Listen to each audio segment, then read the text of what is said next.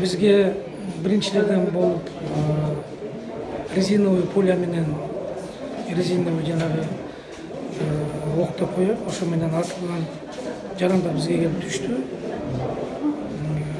Алардын саны бир 11 кишиге жетет. Арасында бирөөнүкү гана оор экен, ал жана курсагына кирип кеткен экен, резиновый жанагы ок. Ошону биз алып салдык, бирок ички органдарына залал тийбептир да.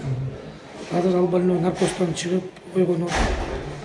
Анан кийинки экинчи этабында спецнастын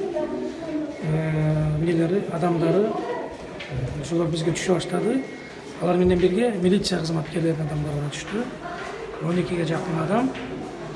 Арасында өтө оорлору бар болчу. Бири оору ошол жаш жигит 22 жашта экен. Спецнастын несі ок алдынан кирип артынан чыгып кеткен экен.